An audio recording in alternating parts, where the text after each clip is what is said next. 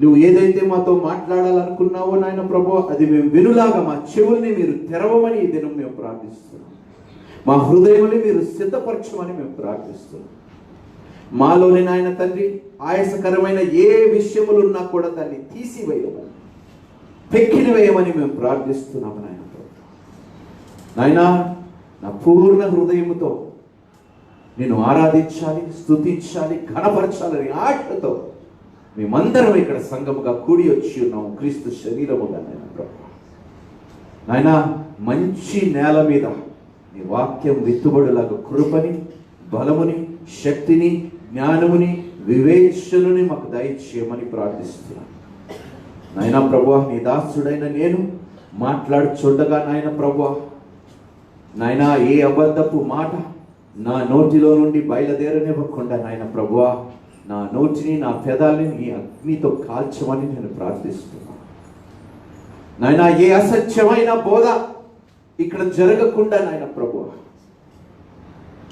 కేవలము నీ సత్యము మాత్రమే వెల్లడింపబడులాగా కృపని నాకును, సంఘమునికి, సంఘస్థునికి దయచేయమని ప్రార్థిస్తున్నాను నాయన. ఈ సంఘముని నీ వధువు సంఘముగా అంగీకరించండి నాయన. ఎత్తబడే గుంపులో మా సంఘముని కూడా మీరు జ్ఞాపకము చేసుకోమని మేము బ్రతిమాలుతున్నాము నాయన. నీ వాక్యము చేత ఉతకబడిన సంఘముగా ఈ సంఘముని దీవించమని మేము ప్రార్థిస్తున్నాము, బ్రతిమాలుతున్నాము. ఆది యందు వాక్యము ఉండెను, వాక్యము దేవుని యందు ఉండెను, వాక్యము దేవుడై ఉండెను నాయన. వాక్యము ద్వారా మీరు మాకు తోడై ఉన్నందుకు, వాక్యం ద్వారా మీరు మాకు ఆదరణ కలుగజేస్తున్నందుకు నీకు వందనాలు, స్తుతులు, స్తోత్రాలు నాయన.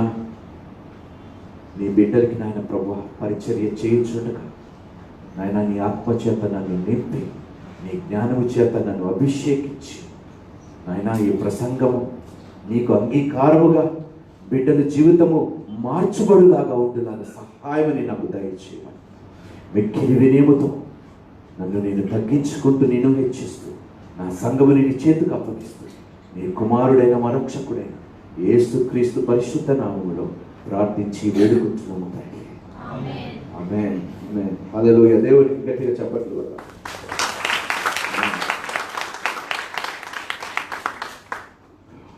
చప్పట్లు కూడా ఎంత చప్పగా కొడతారు దేవుడికి.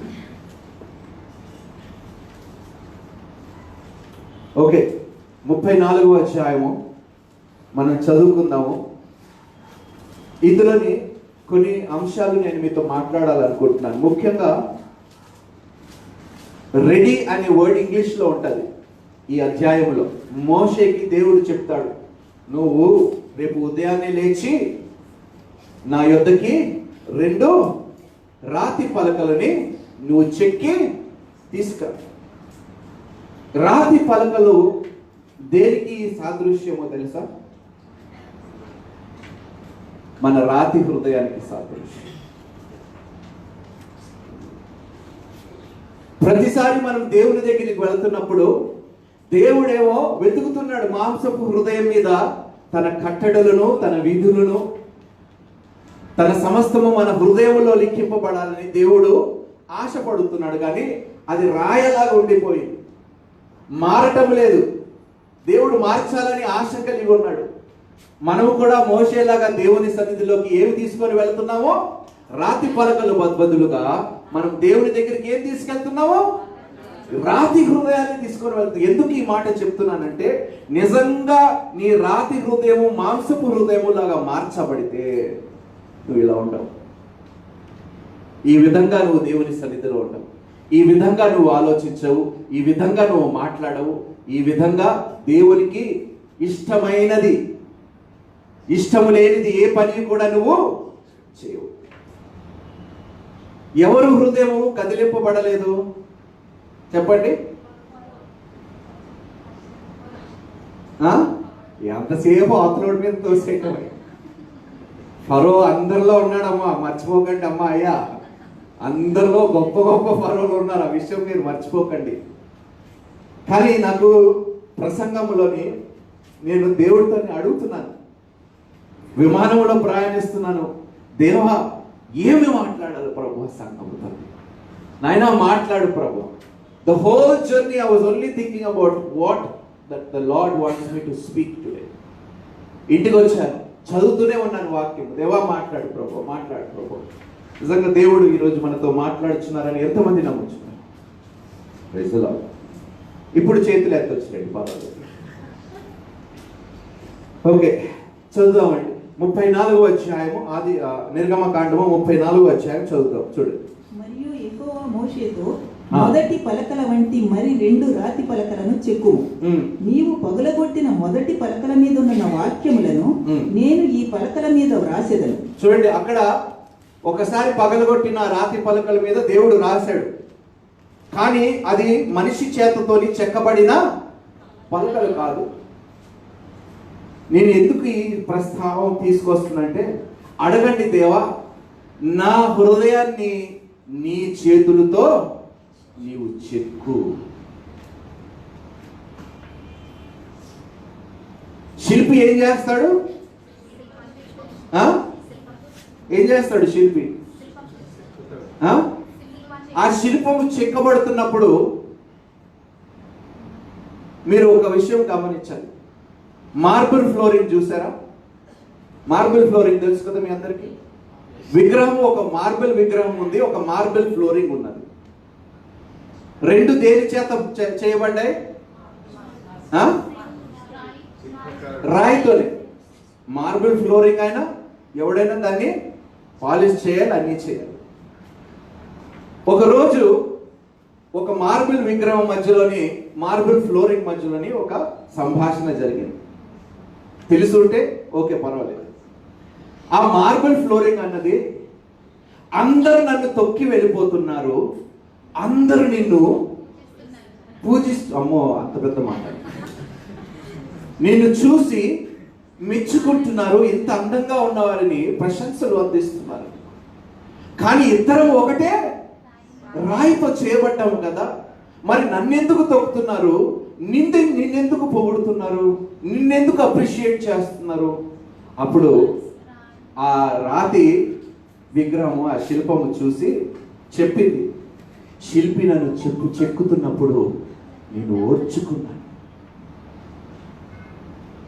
ఆయనని నమ్మాను, ఆయన చేతి క్రియని నేను నమ్మాను, ఆయన ఎంత గొప్ప కళాకారుడో నాకు తెలుసు. కాబట్టి నాకు ఎంత నొప్పి కలిగిన, ఆయన చెక్కుతున్నప్పుడల్లా నేను ఆ ఓర్పు సహనము కలిగి, ఆ బాధ నేను ఓర్చుకొని నేను అంగీకరించాను చెక్కబడటానికి.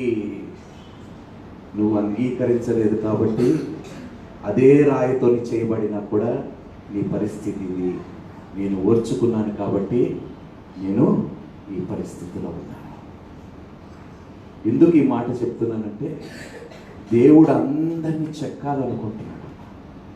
ఆ రఫ్ ఎడ్జెస్ ఏదైతే ఉన్నాయో మీ హృదయంలో, దేవుడు వాటిని తీసివేయాలనుకుంటున్నాడు. కానీ మీరు అలౌ చేయటం లేదు దేవుణ్ణి. దేవునికి అవకాశం మీరు ఇవ్వటం లేదు. సరే, చదువుకుందాము. ఉదయమునకు నీవు సిద్ధపడి ఉదయమున సీనాయి కొండ ఎక్కి అక్కడ శిఖరము మీద నా సన్నిధిని, ఉదయమున నీవు సిద్ధపడి. ఎంతమంది నిన్న రాత్రి సిద్ధపడ్డారు? సంఘానికి రావటానికి సిద్ధపడాలా లేదా? నాకు వినిపించదు ఏంటండి. ఎలా సిద్ధపడాలి? ఎలా సిద్ధపడాలి? 3 విషయాలు రాసుకుందాం ఈరోజు. Be prepared.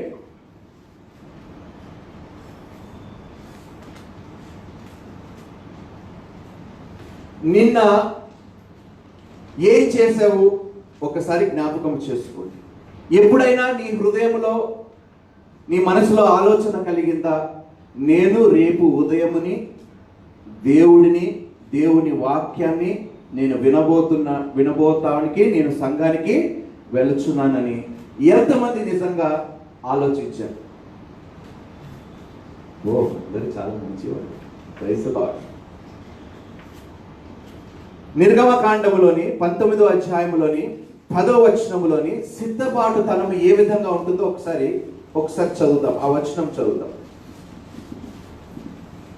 యెహోవా మోషేతో, నీవు ప్రజల యొద్దకు వెళ్ళి నేడును రేపును వారిని పరిశుద్ధపరచు. వారు తమ బట్టలు ఉదుకుకొని 3వ నాటికి సిద్ధముగా ఉండవలెను. 3వ నాడు యెహోవా ప్రజలందరికీ చూడండి, ఇక్కడ ఏమంటున్నాడంటే కాన్సక్రేట్ యువర్ సెల్ఫ్ అంటున్నాడు. మిమ్మల్ని మీరు సిద్ధపరచుకోవటంతో పాటు ఏం చేయమంటున్నాడు? ప్రతిష్ఠించుకోవటానికి మీరు సిద్ధముగా ఉండమంటున్నాడు. So first point in preparation లోని ఏమిటంటే, నన్ను దేవునికి రేపు సంఘములో ప్రతిష్ఠించుకోబోతున్నాను. I'm going to present myself as a living sacrifice to God tomorrow. ఆయన సన్నిధిలో నేను రేపు నిలబడబోతున్నాను. ఆయన వాక్యము నేను వినబోతున్నాను. ఏ విధముగా నేను నన్ను సిద్ధపరచుకోవాలి? రాత్రంతా ఎంతమంది ప్రార్థనలో గడిపారో నాకు తెలియదు. రాత్రంతా ఏ ఆలోచనలతో మీరు గడిపారో